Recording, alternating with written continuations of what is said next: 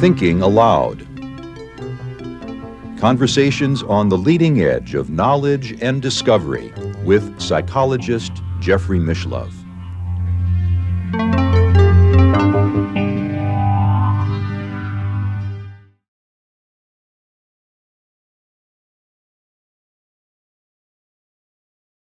Hello and welcome. I'm Jeffrey Mishlove.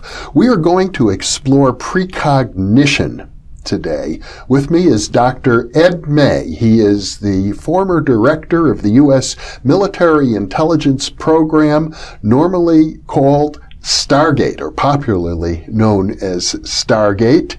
He is also the co-author of ESP Wars, East and West, and also co-author of Anomalous Cognition, Remote Viewing Research and Theory.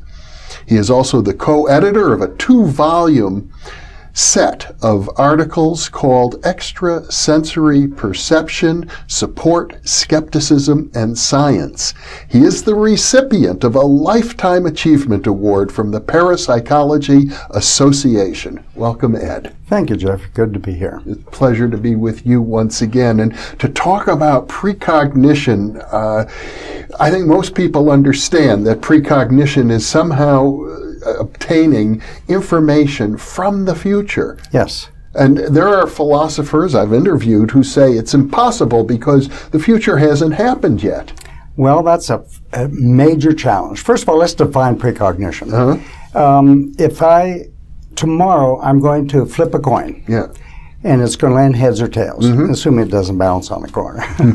And I am flipping that coin after you guess whether it's going to be heads or tails.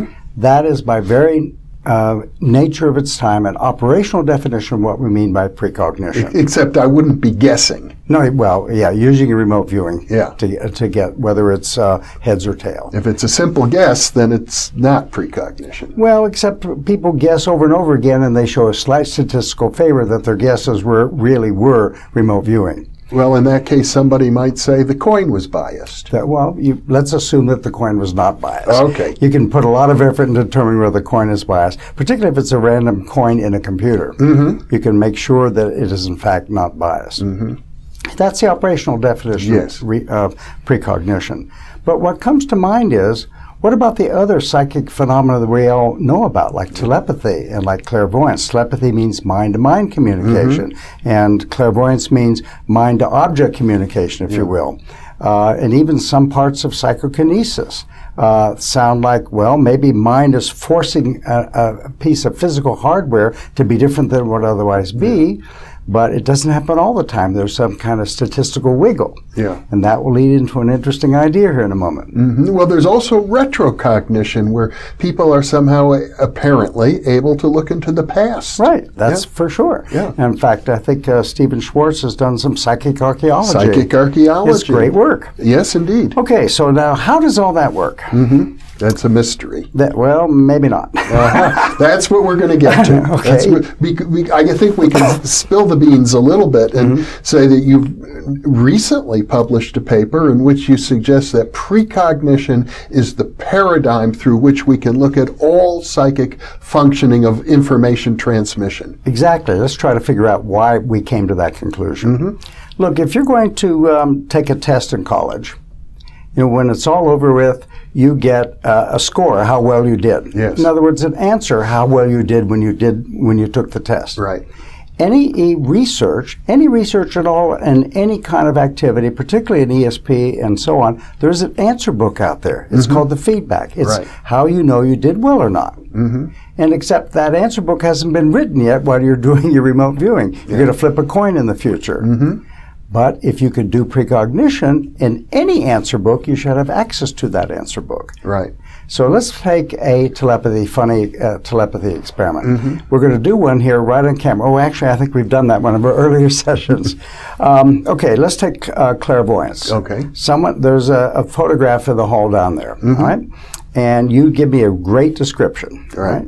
And that looks like mind-to-object communication. Yes. And we go down there, get the photograph, and bring it back here. And look, Jeffrey, look how well you did. That's the answer book. Yeah. You could, in principle, use your precognition to look at your future experience of looking at the answer right here. Well, that's the very reason why many decades ago, J.B. Rhine and other parapsychologists decided to use the word psi to refer to all of these information transmission modalities, because pretty much you can't distinguish one from another. And that's why we wrote the paper that psi is all precognition. Yes. It doesn't mean that it is. Look at this. I'm lazy as a physicist. Yeah. If I don't have to invent something new, boy, I don't want to invent something new. So if I have telepathy, well, I've got to figure out some sort of model. What is the target in a telepathic situation? You know, let's assume I've got great neurological surgery capacities, and I ask you to think of a puppy, and then I dig your brain out of your head, and I use everything I can think of. There's no puppiness in your head. Right. There's nothing that I can tell externally that there's a puppy. Yes. So one problem with telepathy is, what's the target? Well, one target might be, I'm thinking of a number, and you guess it right, and I say, right on, Jeffrey, good show. Yeah. In your future is me saying to you, right on, that was the right number. In other words, there's virtually no kind of ESP test for which we can rule out precognition. Absolutely. And so, well, maybe telepathy is there, but since we can't rule out precognition, and we can guarantee that precognition has, in other experiments, works in the laboratory, it makes great sense. Let's only look at one strange mystery as opposed to a bunch of them. And furthermore, what you're suggesting, because you're dealing with an information transmission model from a scientific perspective, you're saying we may have a better handle on explaining retrocausality, or information moving from the future into the present, or from the present into the past, then... Not that one. All right. Let's just say future into the present. Right. Then say information traveling from a distant location into my mind instantaneously. Right. Now, the reason I balked at looking into the past, you know, all the physicists who are concerned today, mainstream physics people, not ESP people, are dealing with, like there just was a symposium in San Diego on this very topic, quantum retrocausation. It's a hot topic in physics. Absolutely. In other words, is it possible that some future event can influence the present, which is different than saying the present can influence the past? All of the physicists are in agreement, including me, the past is the past and you can't undo it. But the door is open that maybe some future event might in fact influence the present.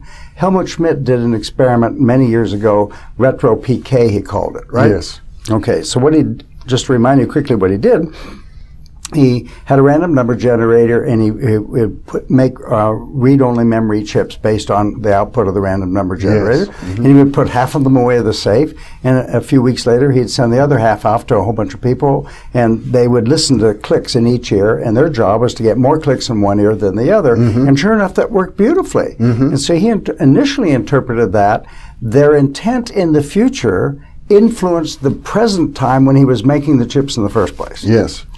Clever idea. And I frankly said, well, Helmut, what you're really doing is you've got a bunch of chips, some are deviant and some are not, and you used your ESP in present time to sort them. Yeah. And that caught his attention. So maybe retrocausation actually occurs. I don't think it actually does occur. Well, how can you have precognition without retrocausation? No, it's the causation part. Causation means something in the future is forcing something to happen in the present. In other words, let's take the idea, and all this is what's called a signal-based model. Very complicated. Something tomorrow in downtown Las Vegas is going to be generated randomly. Okay. And that information propagates like photons from the sun. It propagates through space and time, coming backward in time. Not causally, it's a propagation of information. And it's sitting here right before you, and you read it. Okay. Just like you look at a pretty sunset on the beach. Where photons coming from the sun, same thing. Now, that sounds wonderful, but it's really difficult because we don't know what the psychic equivalent of a photon is. We're working on it. But there are some real clever ideas, and we can discuss that model in some detail. So in other words, Helmut Schmidt's research that he called retro-PK is different than precognition. Yes. Because he's affecting the physical memory chips. Yeah, he thought. I'm not sure he did, but that was the origin of his thinking. That was the idea. Yeah. And so what you're saying is retrocausation is not the same as retro-information transmission. Well, this leads us directly into any kind of study of any kind. Let's take random number generator PK. Yeah. They call it micro-PK. Yes. Now, I don't know if you know the first paper that Helmut wrote in 1969, he called it Precognition of a Quantum Process. The next paper, he invented micro-PK for the same thing. I see. So the idea is your mind reaching in there and making this thing behave differently than it would otherwise on its own be? That's one way. Another possibility I'll illustrate in the following way. Suppose I have an absolutely guaranteed fair coin and fair coin flipper, okay? And I flip it 10,000 times, and you write down heads, tails, tails, heads, heads. Big long strip of paper. Yes. And then I give you a pencil and paper and a pencil, and I say, walk along this long strip and use your not remote viewing ability, your sighted ability, looking at this set of things, draw a line such that the next 200 flips has too many heads in it. You could easily do that by the nature of randomness. Okay, what if in this you had precognition ability in random number generator experiments that you could look into the future and start counting when a burst of ones were coming your way. And that turns out you can put arithmetic to it and test it exquisitely carefully. All of the random number generator PK stuff says it's informational rather than causal. Okay, this is an important insight because now you are suggesting that the experiments that were called micro-PK could well be precognition. Yes. And in fact, I think the many macro-PK experiments might also, or I don't even want to call them experiments, but observations, like some of the observations I did with a fellow who called himself the PK man, could be explained as precognition, where he would say, I'm going to cause such and such an event, a storm to occur in the middle of a drought, and the storm occurs, and he says, I caused it, but he might have only precognized it. In that case, true. But if I walk into your office and find you levitating the ceiling, I'm not going to say it's my lucky day. I caught you at it. You do it frequently.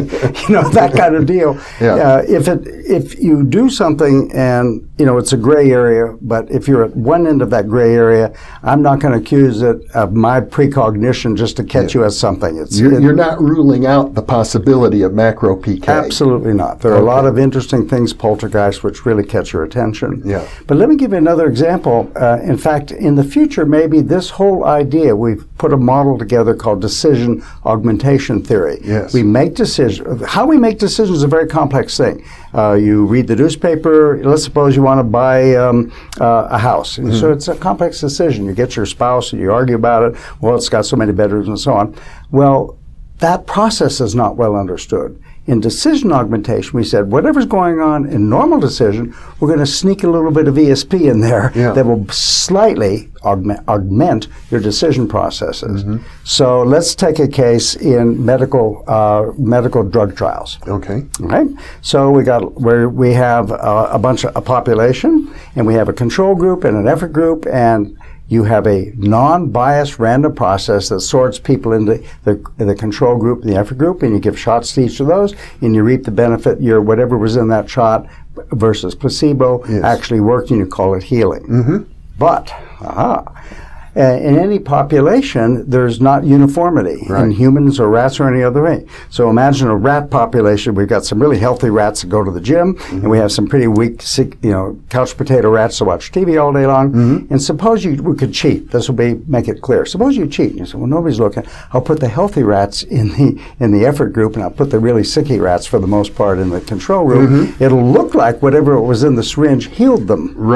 But you could put water in those syringes, and it would still look like it healed. That's right. Okay, I'm not choosing medical trials. I'm not accusing them of cheating. However, if they use a random process, suppose it is biased by decision augmentation to slightly sort these otherwise, slightly sort these populations into the appropriate group to mimic psychic healing, or not psychic healing, but medical healing. Conventional healing. But so what you're saying here is that if precognition exists, and we believe that there's good data, empirical data confirmed by numerous laboratories, and even some in ours, around the world over many, many decades. Yes, I would guess at this point maybe 100 good published studies. That it's possible that this effect is contaminating the findings in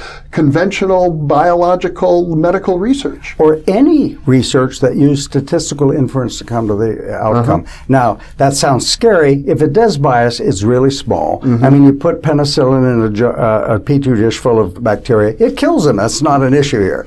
But a lot of times there are some weak effects. I mean, the effects of some drugs are very tiny. And at least the door is open slightly. Doesn't mean it actually happens, but you have to at least pay attention Well, to our it. friend, the statistician Jessica Utz, has pointed out that the evidence statistically for the well-known medical biological phenomenon that aspirin helps prevent heart attacks is statistically weaker than the evidence for extrasensory perception. Absolutely true. And the other part of that, the best paper I know for the evidence of precognition is Chuck Honerton and Ferrari's analysis of all the precognition card guessing thing, where the effect size, how big the effect was, is the same as the aspirin thing. And people believe the aspirin thing and reject the ESP thing, although they're the same magnitude of the effect. So we're talking about an effect that could have real-world consequences. But the key point here for this discussion, it's based on precognition. Yes. And so when we looked at precognition as being such a robust phenomenon, and you can interpret it in all statistical circumstances for clairvoyance, telepathy, even healing, all the data that we have in parapsychology, it's almost all statistically based. Not macro-PK. If you wind up a spoon, I'm sorry, that's not a statistic. When you float to the ceiling, that's not, well, maybe you do it too often. I catch rabbit once in a while. So, if we're to assume that your hypothesis is correct... It is, of course. We never make mistakes. It's certainly a reasonable hypothesis. Of course and it is. If it is correct, it means that we only need to look at one mechanism. Yes, isn't that wonderful if it's true? That we don't have to think about separate mechanisms for clairvoyance, telepathy, retrocognition, precognition. It could conceivably be all a matter of precognition. Yes, and I hope that's true. It's certainly a hypothesis that deserves far more testing that has been applied so far. And if it's true, it's exceptionally valuable for the reason you just pointed out. Now, there are other viewpoints that just... And they're all wrong, of course. So, some people might say, no, it's psychokinesis. That's the model for all. Okay, well, I'm willing to listen. There's a well-known neuroscientist named David Eagleman. He invented a marvelous term for this. He calls himself a possibillion, which everything's possible, but not everything's probable. So I'm open to that, but you have to show me the data. I'm a data-driven guy, and so far, the precognition model, which we can compare to data, fits the model better than a PK model would. But how do you deal with the paradoxes that precognition implies? Tell me one. Well, if precognition is true, then it would seem to me that I might not have any free will. Beautiful. Somebody paid me to look at free will versus determinism. What a great thing. One of the issues there, I'll tell you two quick stories if we have the time. One is we were doing an experiment, an experiment basically, using associational remote viewing on a 6-horse race. And we had a great remote viewer, and we said, okay, please describe now the place we're going to take you to tomorrow at 2 in the afternoon. And we got a great match. We went and bet on it was a quarter horse race. The whole thing was over in 10 seconds, and we won. We had $300 in our pocket. The next day we went back to this guy and said, okay, we're ready to go take you to the site. And he said, unfortunately, I'm not going with you. Come on, I'm watching TV.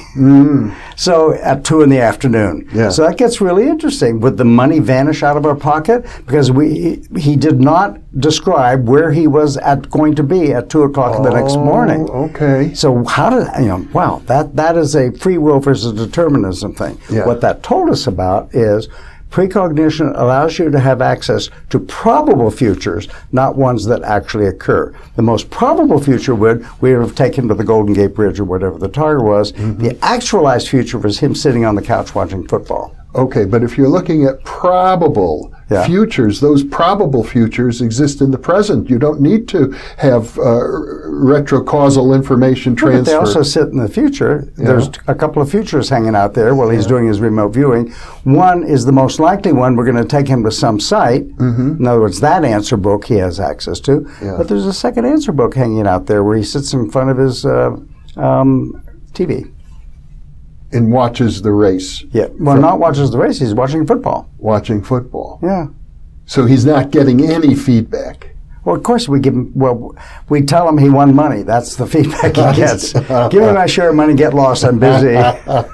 Okay, so the experimental protocol is violated at that point. Yeah. Well, that's right.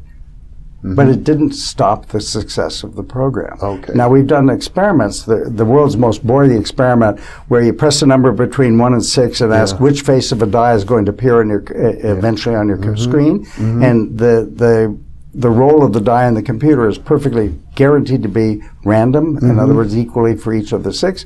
Half the time we pull a nasty trick on you. If you press number 2, it rolls the die, and then it rolls it again. Whatever the face of the die that comes up on the first roll, which you don't see, is, let's say, 4. Okay. Then we roll the die quickly again, and we bias that rolling so that 4 has a 50% chance of coming up, and all the other faces have 10%. So we've modified the future from a biased future to one that's flat. You're modifying the probabilities. Exactly. Yes. And so people did this. It's a very boring experiment. Right. At the end of the day, you can ask the question experimentally, empirically. If did the person guess on the average the probable future or only the future that actually appeared in his face, even though there was some probable future elsewhere. What came out, it was very clear that people had access to probable futures, whether it was the one displayed on the tube or not. I see. I mean, someone paid me to do that answer, and that's great result. It says we have free will. Well, now that I think about it, my late friend and your late friend too, Alan Vaughan, a specialist in precognition, the author of Patterns of Prophecy. I know it well. That was his hypothesis about precognition. I had forgotten that. That's really interesting. Yeah. So the good news is if you have a psychic, have a precognitive dream that you're going to get hit in the car going to work tomorrow, stay home. You're fine. So what you've demonstrated, or at least you have very suggestive evidence here that would be of interest to philosophers, I should think, especially, is that precognition is not necessarily incompatible with free will. And not only that, in our book, Extrasensory Perception, Support, Skepticism, and Science, we had a mainstream philosopher from Australia address the question of whether it violates causality. What do you mean by causality? My glass will not drop unless and until I open my hands, and then it will fall. It won't ever fall until I open my hands. Right. That's kind of causality, if you will. All right. And he was able to show in a very compelling way that precognition does not violate causality. It's an excellent piece because if you have a transmission model that the information is propagating through time, you are not looking in the future where it looks like it's causality. That stuff's sitting right here in front of your face and you're just reading it, as it were. And he uses that in a very clever, very powerful argument in favor that precognition does not violate causality. Brilliant piece on his part. So what you're saying is that we have the possibility of conducting studies, empirical research, which is going to give us insight into the nature of time itself. Yes, and free will. And free will. Other than that, why bother? And causality. Yes. That's what's so thrilling about this stuff. It really is great. We're dealing with some of the most fundamental questions that people can ask, and we're beginning to have an empirical purchase on those. Yeah. In fact, Chuck Arnerton was the first person I've heard discuss it from that point of view. We are developing a toolkit to investigate some of the pressing, most mysterious questions humans have been asking about reality from the get-go. Mm-hmm. And I know that you have developed a model Yes. of precognition. We're running out of time now, but we will do another interview exploring in detail how precognition might actually operate. Yes. That'll be exciting. Because there's still the big question that many people would have, which is, well, precognition can't work because the future hasn't happened. Okay, we'll talk about that. Well, I suppose as a sneak preview, we could say that in physics, certainly in quantum physics, time doesn't work the same way it works in the macro world. Well, that's also true, but we don't have to resort to quantum theory to understand it. Okay. We can talk about that. I mean, the real sort of spoiler alert. That if you use what's called a signal model instead of some sort of global way of getting it, there's a signal coming from the future and you have access to it now. It's a local phenomenon right in front of your nose.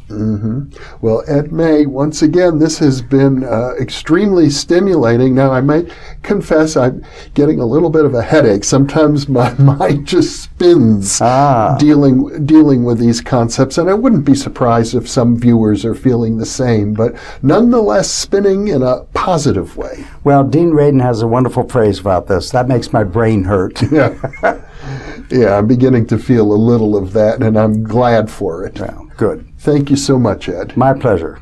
And thank you for being with us.